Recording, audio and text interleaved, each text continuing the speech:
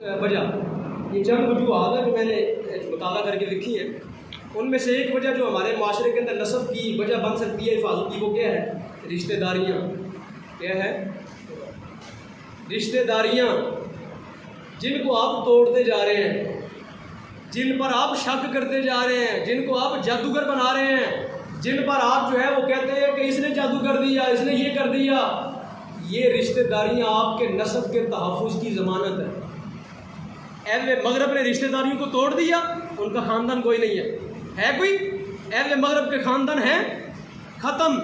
ان کو بھائی کا نہیں پتہ، باپ کا ہی نہیں پتہ. رشتہ داری تو ہوگی ساری باپ سے، رشتہ داری تو ہوگی ساری باپ کی وجہ سے کہ یہ باپ کا یہ بھی بیٹا ہے، یہ باپ کی بیٹی ہے. رشتہ داری قائم ہو جائے گی. جب باپ کا ہی نہیں پتہ تو رشتہ داری کہاں پہ قائم ہوگی؟ ہمارے اسلامی معاشرے کا حسن یہ ہے کہ اس میں رشتہ داری ہوگی تو چیز کیا ملے گی؟ نسب کا تحفظ ملے گا. ایک بیٹا اپنے خاندان کے ساتھ جڑ کے کیا بنے گا؟ اپنے نسب کا محافظ ہو جائے گا. تو خدا را رشتہ داریوں کو توڑو مت، رشتہ داریوں کو شک کی نگاہ سے مت دیکھو، رشتہ داریوں کو حقیر اور ذلیل مت جانو، چھپاؤ نہیں. اگر تم 4 پیسے آگے کھاتے ہو تو تمہیں بھائی کو بھائی کہتے ہوئے شرم آتی ہے. میں نے نہیں بتانا یہ میرا بھائی ہے. کیوں بھائی؟ تیرے پاس گاڑی ہے تو وہ مزدوری کرتا ہے تو اس لیے تم چھپاتے ہو کہ میں نے اس کو بھائی نہیں کہنا اپنا. ارے یہی تو وجہ ہے جو تیرے نسب کے تحفظ کا باعث ہے. بے شک یہ غریب ہے لیکن یہ تیری عزت کا باعث ہے. آگے سامعین محترم، اللہ رب العالمین نے شریعت کا انحصار رکھا ہے نسب پر. شریعت کا انحصار ہے نسب پر. شریعت کی بہت سی چیزیں ہیں جو نسب سے منسوب ہیں. بتائیں، رشتہ داریاں کرتے وقت آپ یہ چیز نہیں دیکھتے کہ یہ محرم ہے کہ غیر محرم ہے؟ جب آپ نے بیٹے کا رشتہ کرنا ہو تو کیا چیز دیکھتے ہیں آپ؟ محرم اور غیر محرم. کبھی کسی نے بہن کے ساتھ بھی رشتہ کیا ہے تو سب سے پہلی چیز کیا دیکھی جاتی ہے؟ محرم اور غیر محرم. رشتہ کرنا ہو تو رشتہ کہاں پہ کیا جاتا ہے؟ غیر محرم کے ساتھ. کس کے ساتھ؟ تو یہ غیر محرم اور محرم کہاں سے پتہ چلے گا؟ بتاؤ ذرا. نسب سے. کہاں سے پتہ چلے گا؟ آپ کے نسب سے پتہ چلے گا کہ یہ محرم رشتہ ہے اور یہ غیر محرم رشتہ ہے. وراثت دینی ہو، وراثت کس کو دی جائے گی؟ وارث کو کہ غیر وارث کو؟ وارث کا کہاں سے پتہ چلے گا؟ وارث کا کہاں سے پتہ چلے گا؟ نسب سے کہ یہ میرے باپ کا بیٹا ہے اور یہ میرے باپ کی بیٹی ہے، یہ میرے دادے کا پوترا ہے اور یہ دوترا ہے. اسی بنیاد پر وراثت تقسیم ہوگی نا. اسی بنیاد پر وراثت تقسیم ہوگی. تو گویا یہ بھی پتہ چلا کہاں سے؟ نسب سے. کہاں سے پتہ چلا؟ نسب سے. آگے سنیں، اگلا پوائنٹ ہے کہ نسب کا تحفظ کہاں نہیں ہوتا. نسب کا تحفظ کہاں کن کے اندر نہیں ہوتا؟ جانوروں کے اندر. جانوروں کے اندر پہچان ہے بیٹی بیٹے کی اور ضامہ ہے. اور جانوروں کے اندر کوئی پہچان ہے کہ بکری کو پتہ ہوتا ہے بکرے کو کس کے ساتھ کیا مسئلہ ہے؟ پتہ ہوتا ہے کوئی پہچان ہے؟ تو نسب کا تحفظ کن کے اندر نہیں ہوتا؟ جانوروں میں نہیں ہوتا. انسانوں کے اندر تو اللہ نے نسب کا تحفظ رکھا ہے. یہ جانور ہیں جن کے اندر یہ پہچان نہیں رکھی گئی کہ جہاں تمہارا جی ہے جو جی ہے کرو. لیکن انسانوں کے اندر اللہ رب العالمین نے شعور رکھا، عقل رکھی کہ تمہارے اندر نسب کی حفاظت ہے. تمہارے اندر کیا ہے؟ نسب کی. تم نے کہاں رشتہ کرنا ہے، کہاں رشتہ نہیں کرنا، کس کے ساتھ شادی ہونی ہے، کس کے ساتھ شادی نہیں ہونی. نسب تو بڑی دور کی بات ہے. اسلام نے تو دودھ کے رشتوں کا بھی حیا کیا ہے. اسلام نے تو دودھ کے رشتوں کا بھی حیا کیا ہے. جس ماں کا دودھ پی لیتے ہیں اس ماں کی بیٹی کے ساتھ بھی آپ نکاح نہیں کرتے.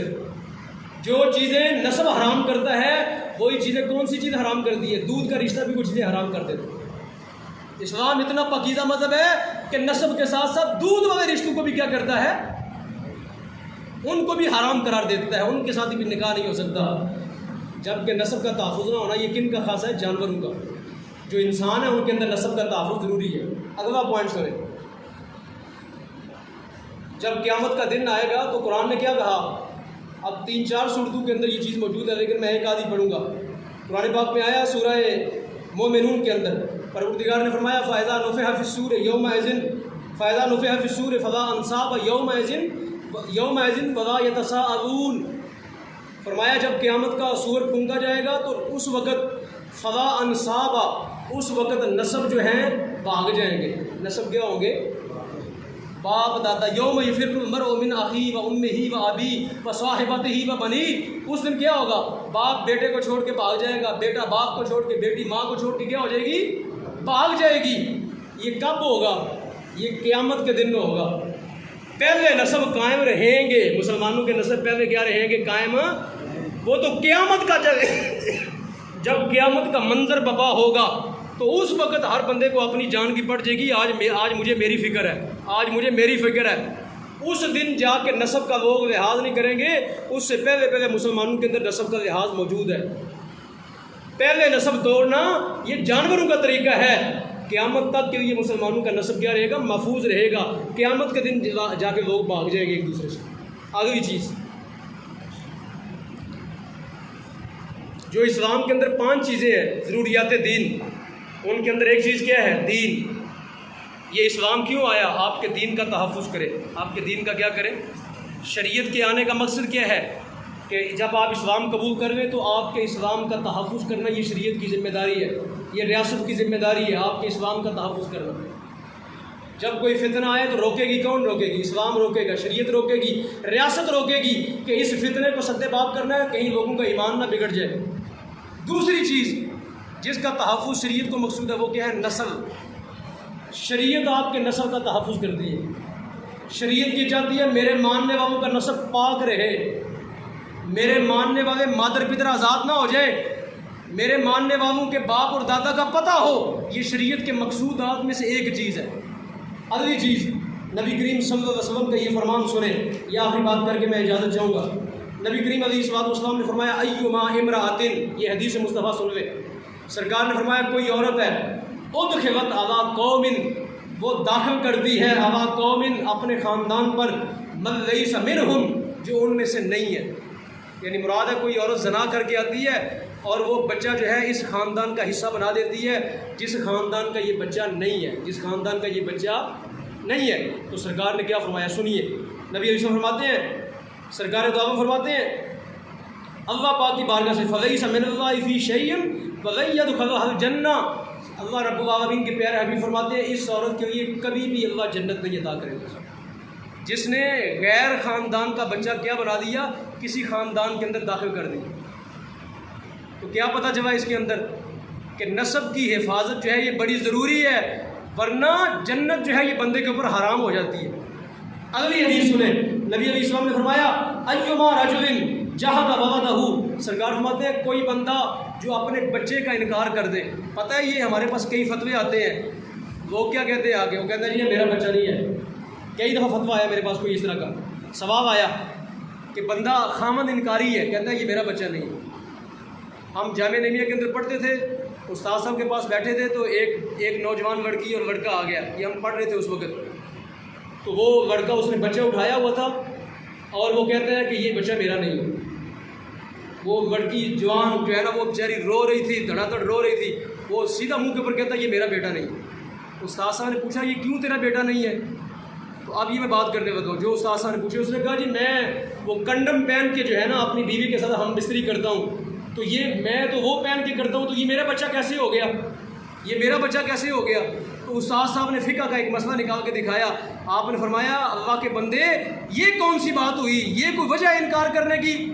آپ نے فرمایا جو انسان کے جسم سے نطفہ نکلتا ہے اس کے اندر کروڑوں جرثومے ہوتے ہیں، اس کے اندر کروڑوں جرثومے ہوتے ہیں، اور یہ جو کنڈم ہوتا ہے اس کے اندر پتہ نہیں کوئی سوراخ ہو، جرثومے جو ہے وہ تمہیں دوربین سے بھی نظر نہیں آتے۔ فرمایا کوئی ایک جو ہے وہ چلا گیا ہو تو یہ بچہ تیرا ہے، تو کیوں انکار کر رہا ہے؟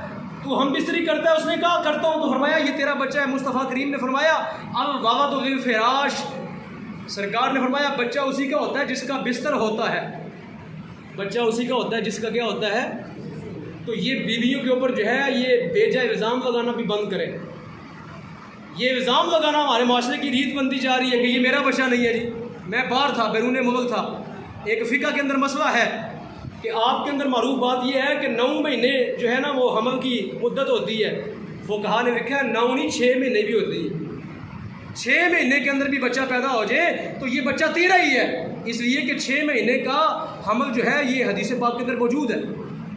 تو اس لیے سامعین محترم سرکار دو عالم فرماتے ہیں جو بندہ انکار کر دے کہ یہ میرا بچہ نہیں، حال یہ ہے کہ وہ جانتا ہے کہ یہ میرا ہے، تو سرکار نے فرمایا احتجب اللہ منہ، اللہ پاک کا قیامت کے دن اس سے اپنا پردہ فرماوے گا، اس کو اپنے چہرہ پاک اللہ رب العالمین زیارت نہیں کروائے گا اپنے جلوے کی، وفاتحہ اللہ رؤوس الاولین والآخرین، اور سرکار نے فرمایا اللہ پاک اس کو قیامت کے دن اولین آخرین سب کے سامنے ذلیل کر دے گا۔ جس طرح آج یہ اپنی بیوی کو ذلیل کر رہا ہے یہ کہہ کے کہ یہ میرا بچہ نہیں ہے، فرمایا جس طرح تم آج عورت کو ذلیل کر رہے ہو، کل رب العالمین قیامت کے دن تمہیں کیا کر دے گا؟ ذلیل و رسوا کرے گا، اس لیے کہ تم بھیجا بغیر کسی وجہ کے الزام لگا رہے ہو۔ تو سامعین محترم خدارہ یہ نسب جو ہیں اس کے بارے میں جو میں نے آپ کے سامنے چیزیں بیان کی، بھی بہت سی چیزیں ہیں، میرے سامنے اور ہزاروں چیزیں موجود ہیں، وقت اجازت نہیں دے رہا۔ اس کے اندر ایک حدیث یہ بھی سن لیں کہ نبی کریم علیہ السلام کی بارگاہ میں ایک شخص اٹھا اور اسے اٹھ کے دعویٰ کیا کہ یا رسول اللہ یہ جو بچہ ہے نا فلاں عورت کے پاس یہ بچہ ہے یہ میرا ہے۔ اس نے دعویٰ کر دیا، اس نے کہا فلاں بیوی جو ہے نا کسی کی بیوی ہے اس کے پاس جو بچہ ہے یہ میرا ہے، میں نے زمانہ جاہلیت میں اس سے زنا کیا تھا۔ ایک مرد نے سرکار کے سامنے کہا تو نبی علیہ السلام نے پتہ کیا فرمایا؟ سرکار نے فرمایا لا دعویٰ، فرمایا دعووں کے ساتھ بات ثابت نہیں ہوتی، فرمایا دعووں کے ساتھ کوئی بات ثابت نہیں ہوتی، اور فرمایا زمانہ جاہلیت کا اللہ نے تیرا جرم معاف کر دیا، اپنا بات کرنا۔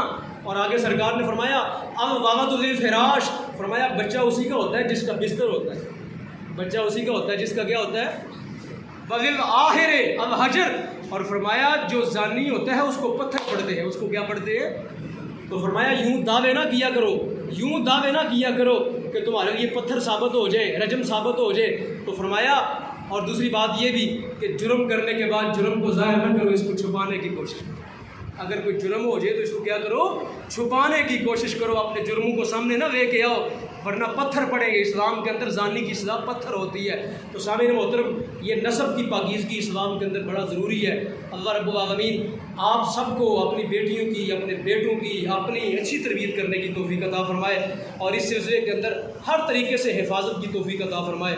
ہر طریقے سے مائیں اپنی بیٹیوں کی اور باپ اپنے بیٹوں کی تربیت کریں اور ان کی حفاظت کریں، اور اپنے تاکہ آپ کے خاندان پاک رہے، نسل پاک رہے اور اچھی اولاد پیدا ہو، اور کل جا کے وہ اسلام کی وفادار ہو۔ اللہ پاک ہمیں عمل کی توفیق عطا فرمائے۔